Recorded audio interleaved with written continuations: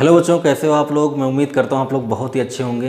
प्यारे बच्चों, इस वीडियो में हम लोग कक्षा 10वीं गणित का अपना छठा चैप्टर शुरू करेंगे, जिसका नाम है त्रिभुज, जिसको हम लोग अंग्रेजी में ट्रायंगल्स कहते हैं। कक्षा 10 में जो आप त्रिभुज चैप्टर पढ़ने वाले हैं, इसमें आप समरूप त्रिभुज के बारे में पढ़ेंगे। कक्षा 9 में आपने सर्वांक्षम त्रिभुजों के बारे में पढ़ा था, तो कक्षा 10 में आप समरूप त्रिभुजों के बारे में पढ़ेंगे। एक बात और, ये चैप्टर काफ़ी बच्चों को कठिन लगता है। काफ़ी बच्चे बताते हैं कि सर ये चैप्टर हमको टफ लगता है, ये चैप्टर हमको कठिन लगता है। कठिन लगने का सिर्फ एक ही कारण है कि किसी भी टॉपिक को जब आप पढ़ें तो उसका आपको बेसिक पता होना चाहिए। अगर आप किसी भी टॉपिक को बिल्कुल शुरू से पढ़ेंगे, शुरू से जानेंगे, तो वो टॉपिक आपको कठिन लग ही नहीं सकता है। तो हम लोग क्या करेंगे, हम लोग बिल्कुल बेसिक से शुरुआत करेंगे। सबसे पहले हम लोग जानेंगे त्रिभुज किसे कहते हैं, फिर त्रिभुजों के प्रकार को समझेंगे, उसके बाद हम लोग जानेंगे सर्वांक्षम त्रिभुज क्या होते हैं, उसके बाद हम लोग सीखेंगे कि समरूप त्रिभुज क्या होते हैं, और फिर अपने चैप्टर पर आ जाएंगे। ठीक, ध्यानपूर्वक आपको हर एक बात समझते हुए चलना है, और साथ ही साथ आप हर एक बात को अपनी नोटबुक में ज़रूर लिखेंगे।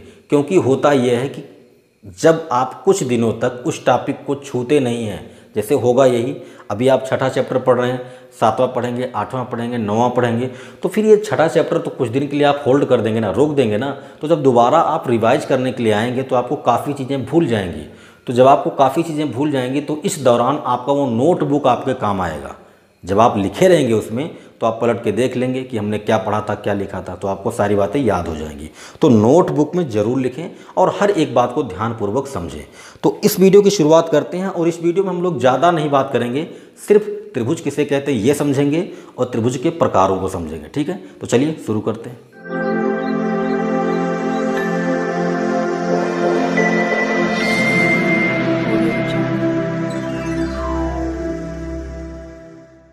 तो आइए बच्चों, सबसे पहले हम लोग समझेंगे कि त्रिभुज किसे कहते हैं। वैसे आप जानते हैं त्रिभुज किसे कहते हैं, आप बोलते भी हैं, जिसमें 3 भुजाएं हों उसको हम लोग त्रिभुज बोलते हैं। और इसके नाम में ही इसकी परिभाषा छिपी हुई है, त्रिभुज। अगर हम त्रिभुज को अलग अलग लिखें, त्रि प्लस भुज, तो देखो, त्रि का मतलब होता है 3 और भुज का मतलब होता है भुजाएं। जिसमें 3 भुजाएं हों उसको हम लोग क्या बोलते हैं, त्रिभुज बोलते हैं। और अगर इसके अंग्रेजी वाले शब्द पे जाएं तो लिखा है ट्राइंगल्स, तो हम इसको अलग अलग कर लेते हैं, ट्राई प्लस एंगल्स। हमने क्या किया, हमने इसको अलग अलग कर लिया। ट्राई का मतलब भी 3 होता है और एंगल का मतलब कोण होता है। जिसमें 3 कोण हों उसको आप क्या बोलेंगे, त्रिभुज बोलेंगे। तो एक ऐसी आकृति आपके पास होगी, एक ऐसी आकृति आपके सामने होगी जिसमें 3 भुजाएं होंगी और 3 कोण होंगे, उसको आप क्या बोलेंगे, उसको आप त्रिभुज बोलेंगे। और आप परिभाषा जानते हैं, आप क्या बोलते हैं कि 3 भुजाओं से घिरी हुई आकृति को हम लोग क्या बोलते हैं, त्रिभुज बोलते हैं। तो चलो बनाते हैं त्रिभुज। तो जैसे देखो, एक भुजा हो गई AB, एक भुजा हो गई AC, और एक भुजा हो गई BC। इसमें देखो, एक भुजा, 2 भुजा, 3 भुजा, है ना। तो इस वाली आकृति में कितनी भुजाएं हैं, 3 भुजाएं हैं, इसलिए क्या है, इसलिए एक त्रिभुज है। ठीक है, अच्छा, जितनी भुजाएं होंगी उतने कोण होंगे। किसी भी आकृति की बात करें, अगर उसमें 3 भुजाएं हैं तो 3 कोण होंगी, 4 भुजाएं हैं तो 4 कोण होंगी, 5 भुजाएं हैं तो 5 कोण होंगी। जितनी भुजाएं होंगी उतने कोण होंगे। ठीक है, तो देखो, एक कोण ये हो गया, एक कोण ये हो गया, एक कोण ये हो गया। ठीक, तो त्रिभुज में कितनी भुजाएं होती हैं, 3 भुजाएं होती हैं। तो हमने कह दिया कि एक भुजा क्या है, AB है, एक भुजा BC है, एक भुजा AC है। कितने कोण होते हैं, 3 कोण होते हैं। एक कोण हो गया A, एक कोण हो गया B, एक कोण हो गया C। ठीक, तो एक ऐसी आकृति जिसमें 3 भुजाएं हों, 3 कोण हों, उसको हम क्या बोलते हैं, उसको हम त्रिभुज बोलते हैं। ठीक, त्रिभुज होता क्या है, त्रिभुज एक बहुभुज होता है। त्रिभुज एक बहुभुज होता है। अब आप बोलेंगे बहुभुज क्या है, तो बहुभुज एक ऐसी आकृति होती है जिसमें 2 से अधिक भुजाएं होती हैं, जिसमें 2 से अधिक भुजाएं होती हैं। बहुभुज को हम लोग अंग्रेजी में पॉलीगन कहते हैं। जिस भी आकृति में 2 से अधिक भुजाएं होंगी उसको आप क्या बोलेंगे, उसको आप बहुभुज बोलेंगे। जैसे इसमें देखो, इसमें 3 भुजाएं हैं तो ये एक बहुभुज है। आयत की बात करें तो आयत में 4 भुजाएं होती हैं। वर्ग की बात करें तो वर्ग में भी 4 भुजाएं होती हैं, तो वो सब क्या हैं, एक बहुभुज है। तो ऐसी कोई भी आकृति जिसमें 2 से अधिक भुजाएं हों उसको आप क्या बोलेंगे, उसको आप बहुभुज बोलेंगे। तो त्रिभुज क्या होता है? त्रिभुज एक बहुभुज होता है। त्रिभुज के अंदर के जो तीनों कोण होते हैं उनका जोड़ 180 अंश होता है। यानी इस कोण को जोड़ेंगे तो कितना आना चाहिए? 180 अंश आना चाहिए। ठीक है, तो ये हो गई त्रिभुज के बारे में कुछ बातें। जिसमें 3 भुजाएं हों, 3 कोण हों, उसको आप त्रिभुज बोलते हैं। त्रिभुज एक बहुभुज होता है। एक बात और, त्रिभुज के अंदर के तीनों कोणों का जोड़ 180 अंश होता है। तो ये बातें अब हम लोग लिख लेते हैं। मैंने कहा कि 3 भुजाओं से घिरी हुई आकृति को त्रिभुज कहते हैं, और आप यहाँ पर देख भी रहे हैं कि त्रिभुज ABC है। यहाँ पर AB एक भुजा हो गई, BC एक भुजा हो गई और AC एक भुजा हो गई। ठीक, तो तीनों भुजाओं से बंद आकृति क्या कहलाएगी? त्रिभुज कहलाएगी। फिर यहाँ पर मैंने लिखा कि यह एक बहुभुज होता है। यह एक बहुभुज होता है। क्यों? क्योंकि इसमें 3 भुजाएं होती हैं। और अभी मैंने आपको बताया कि ऐसी कोई भी आकृति अगर आपके सामने है, उसमें 2 से अधिक भुजाएं हों, तो उसको आप क्या बोलेंगे? उसको आप बहुभुज बोलेंगे। फिर मैंने लिखा कि इसके अंदर के कोणों का योग 180 अंश होता है। मतलब अंतः कोणों का योग 180 अंश होता है। मतलब ये वाला कोण प्लस ये वाला कोण प्लस ये वाला कोण, ये तीनों मिला के कितने होंगे? 180 अंश होंगे। और फिर मैंने लिखा कि AB, BC और CA इस त्रिभुज की क्या हैं? भुजाएं हैं। मतलब AB, BC और CA ये तीनों क्या हैं? इस त्रिभुज की भुजाएं हैं। और ABC क्या हैं? इस त्रिभुज के कोण हैं। ठीक, तो ऐसी कोई भी बंद आकृति जिसमें 3 भुजाएं हों, 3 कोण हों, उसको आप क्या बोलेंगे? उसको आप त्रिभुज बोलेंगे। तो ये बातें आप जानते थे, ऐसा कुछ नहीं है कि जिसमें आप जाने ना। फिर भी आप इसे अपने नोटबुक में लिख लीजिए। प्यारे बच्चों, अब हम लोग बात करेंगे त्रिभुजों के प्रकार के बारे में। त्रिभुजों के प्रकार की बात करें तो त्रिभुज मुख्यतः 6 प्रकार के होते हैं।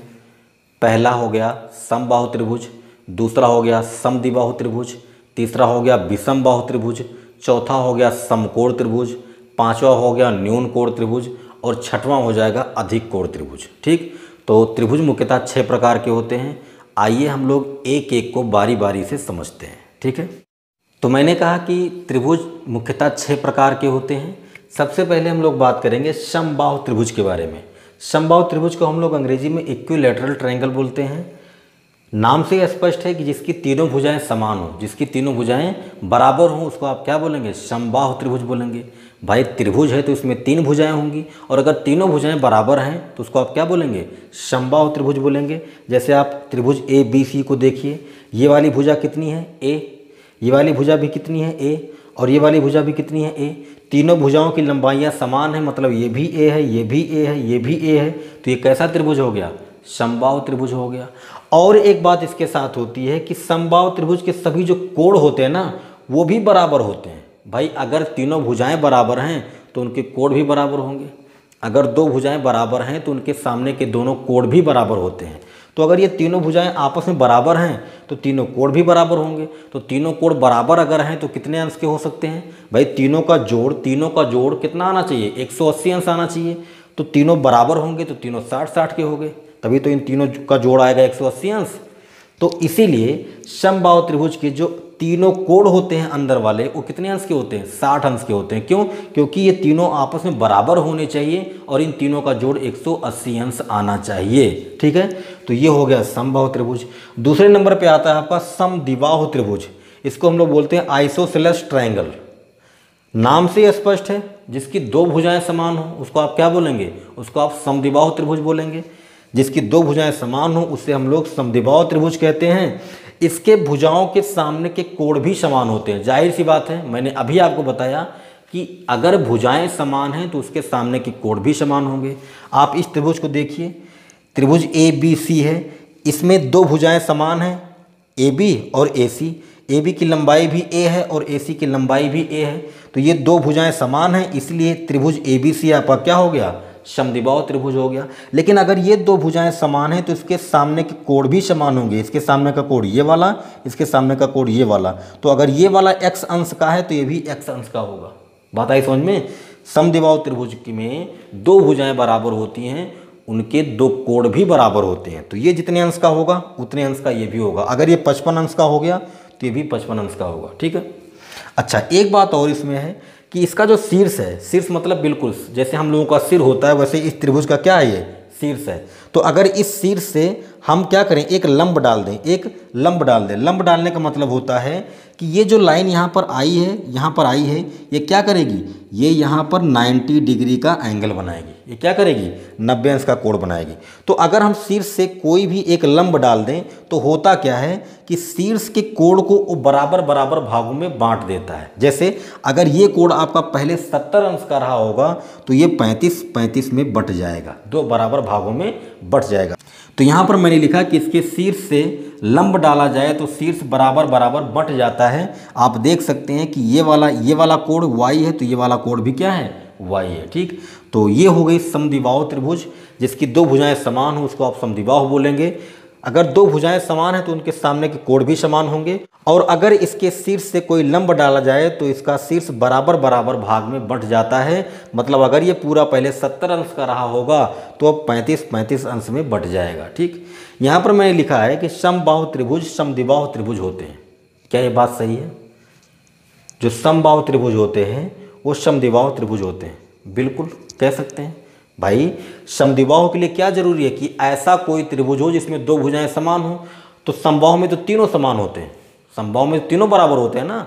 हमको सिर्फ दो से मतलब है तो हमने कह दिया कि ये वाली भुजा लेते हैं, ये वाली भुजा लेते हैं। अगर दो भुजाएं समान हैं तो क्या हो गया, समद्विबाहु त्रिभुज हो गया। तो एक बात हमेशा याद रखिएगा कि जो आपका समबाहु त्रिभुज होता है वो क्या होता है, समद्विबाहु त्रिभुज होता है। ठीक है, तो ये आपको ध्यान में रखना है। तो ये बातें आप नोट करें, फिर हम लोग आगे बढ़ते हैं। तो अब बात करते हैं अगले प्रकार की। अगले प्रकार में आपका आता है विषम बाहु त्रिभुज। इसको हम लोग अंग्रेजी में स्केलियन ट्रायंगल बोलते हैं। विषम बाहु नाम से स्पष्ट है, जिसकी सभी भुजाएं अलग अलग हों, तीनों भुजाएं बराबर ना हों, जिसकी सभी भुजाएं अलग अलग हों उसे हम लोग विषम बाहु त्रिभुज कहते हैं। जैसे यहाँ पर देखिए एक त्रिभुज मैंने ABC बनाया है। ये वाली भुजा A सेंटीमीटर की है, ये वाली भुजा B सेंटीमीटर की है, तो ये वाली भुजा C सेंटीमीटर की है। ये तीनों अलग अलग हैं और आपको दिख भी रहा होगा कि ये तीनों भुजाएं अलग अलग लंबाई की हैं। तो अगर आपके सामने ऐसा कोई त्रिभुज आता है जिसकी तीनों भुजाएं अलग अलग हों, उसको आप क्या बोलेंगे, विषम बाहु त्रिभुज बोलेंगे। और अगर तीनों भुजाएं अलग अलग हैं तो जाहिर सी बात है तीनों कोण भी अलग अलग होंगे, क्योंकि अभी हम लोगों ने बात किया कि अगर भुजाएं समान हैं तो कोण समान होंगे, भुजाएं अलग हैं तो कोण अलग होंगे। ठीक, तो इसके तीनों कोण भी क्या होते हैं, अलग अलग होते हैं। तो इसमें आपको इतनी बातें ध्यान में रखनी है। अगला नंबर आता है न्यून कोण त्रिभुज का। इसको हम लोग एक्यूट ट्रायंगल बोलते हैं, जिसका प्रत्येक कोण 90 अंश से कम हो। एक ऐसा त्रिभुज आप बनाइए जिसका प्रत्येक कोण क्या हो, 90 अंश से कम हो, तो उसको हम क्या बोलेंगे, न्यून कोण त्रिभुज बोलेंगे। यहाँ पर मैंने एक त्रिभुज बनाया है, देखो इसका ये कोण 60 अंश, ये कोण भी 60 अंश, ये कोण भी 60 अंश, तीनों कोण 90 अंश से कम है। तो जाहिर सी बात है ये क्या है, एक न्यून कोण त्रिभुज है। और यहाँ पर मैंने लिखा कि समबाहु त्रिभुज न्यून कोण त्रिभुज होता है। देखो ना, समबाहु त्रिभुज में तीनों कोण क्या होते हैं, 60-60 अंश के होते हैं। तो हमें क्या चाहिए, हमें तो यही देखना है कि ऐसा मेरे पास एक त्रिभुज हो जिसके तीनों कोण क्या हो, 90 अंश से कम हो, उसे हम क्या बोलेंगे, न्यून कोण त्रिभुज बोलेंगे। और समबाहु में क्या होता है, समबाहु में तीनों कोण 90 से छोटे होते हैं, इसीलिए समबाहु त्रिभुज क्या होता है, न्यून कोण त्रिभुज होता है। ठीक है, तो ये बातें आपको ध्यान में रखनी है, इसे भी आप नोट करें, फिर हम लोग आगे बढ़ते हैं। तो अब बात करते हैं अगले प्रकार की। अगले प्रकार में आपका आता है समकोण त्रिभुज, इसको हम लोग राइट एंगल ट्रायंगल बोलते हैं। और सबसे ज़्यादा आप इसी के बारे में जानते हैं, जिसका एक कोण 90 अंश का हो उसे समकोण त्रिभुज कहते हैं। जिसका एक कोण 90 अंश का हो उसे हम क्या बोलेंगे, समकोण त्रिभुज बोलेंगे। जैसे त्रिभुज ABC में कोण B 90 अंश का है, इसलिए ये त्रिभुज क्या है, समकोण है। तो अगर कोई भी त्रिभुज हो उसका एक कोण 90 अंश का है तो वो समकोण त्रिभुज है। और एक बात मैंने यहाँ पर लिखा है कि सबसे बड़ी भुजा को कर्ण कहते हैं। इस त्रिभुज में देखो सबसे बड़ी भुजा कौन सी है, AC है, इसलिए इसको हम नाम देंगे क्या, कर्ण। और ये जो कर्ण होता है ये ठीक 90 अंश के सामने वाली भुजा होती है। कोई भी त्रिभुज बन रहा हो अगर उसमें एक कोण 90 अंश का है तो उसके ठीक सामने वाली भुजा को आप क्या बोलेंगे, कर्ण बोलेंगे। क्या बोलेंगे, कर्ण बोलेंगे। तो ये हो गई बात समकोण त्रिभुज की। अब बात करते हैं अधिक कोण त्रिभुज की, जिसको हम लोग ऑब्ट्यूज ट्रायंगल बोलते हैं। और ये आपका आखिरी प्रकार है, नाम से स्पष्ट है, जिसका कोण अधिक हो, जिसका कोण अधिक हो। जिसका एक कोण 90 अंश से बड़ा हो उसे हम क्या बोलेंगे, उसे हम लोग अधिक कोण बोलेंगे।